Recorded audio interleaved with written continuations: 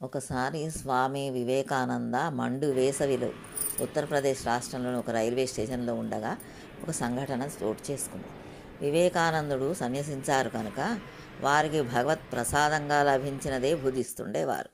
భిక్షగా ముడి సామాన్లు లభిస్తే వండుకొని భుజించేవారు, లేదా భిక్షాటన చేస్తుండేవారు.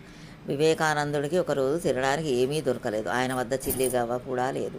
ఆకలి బడలికలతో దాహార్తితో నేలపై కూర్చొని ఉన్న స్వామీజీని గమనించి ఒక ధనవంతుడు చులకనగా మాట్లాడడం ఆరంభించాడు.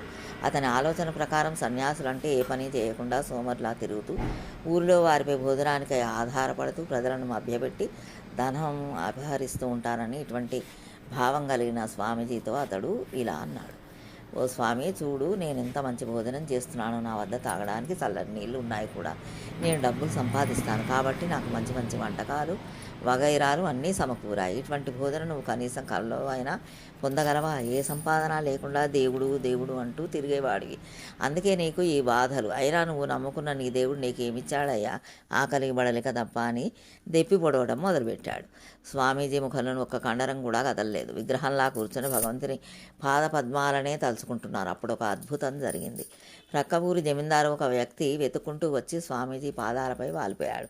అతను స్వామితో ఇలా అన్నాడు: మీ పాదాలను సేవించి స్పృశించే భాగ్యం కలగడం నా పట్ల శ్రీరామచంద్రమూర్తి అనుగ్రహం. దయచేసి మీరు ఈ భోజనం స్వీకరించండి అని ప్రాధేయపడ్డాడు.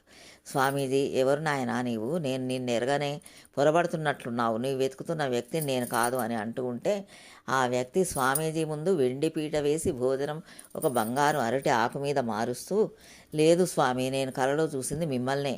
శ్రీరామచంద్రమూర్తి స్వయంగా నా కలలో కనిపించి మిమ్మల్ని చూపించి, నా బిడ్డ ఆకలితో ఉంటే నీవు హాయిగా తిని నిద్రిస్తున్నావా?